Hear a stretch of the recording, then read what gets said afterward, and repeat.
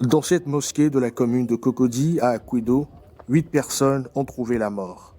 Une dalle de béton est littéralement tombée sur eux pendant la prière. Les jeudis sous-passés, on a prié 16 heures. Le 16 heures, c'est 4 rakats. On a fait 3 rakats. Quatrième rakat, je fais sujoud et c'est là que j'ai entendu bruit, quelque chose qui a tombé. Mais moi, je pense que c'est le kama qui est en haut là qui a coupé pour tomber. C'est pas que c'est tout le morceau qui a tombé. Et moi-même, j'étais traumatisé. Je ne vois pas la route pour sortir. Et Dieu m'a montré la route. J'ai fait 4 pas pour sortir à la mosquée.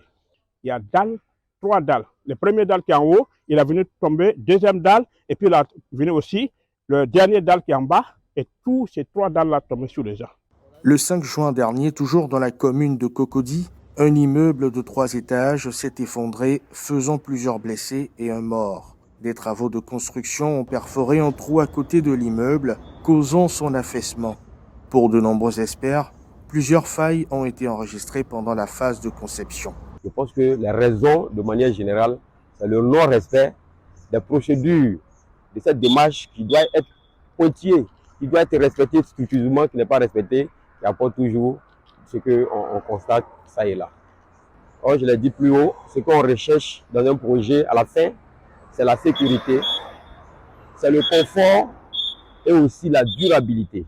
Le même phénomène a eu lieu dans la commune d'Adjamé, où un immeuble s'est complètement écroulé. Aucun mort n'a été recensé, mais les responsables du projet ont été interpellés par l'État. Les experts de la construction sont unanimes sur le sujet. Ils pointent du doigt un manque de professionnalisme sur des détails importants. La mise en œuvre de la conception, donc des plans faits par les ingénieurs, l'architecte, les dessinateurs techniques.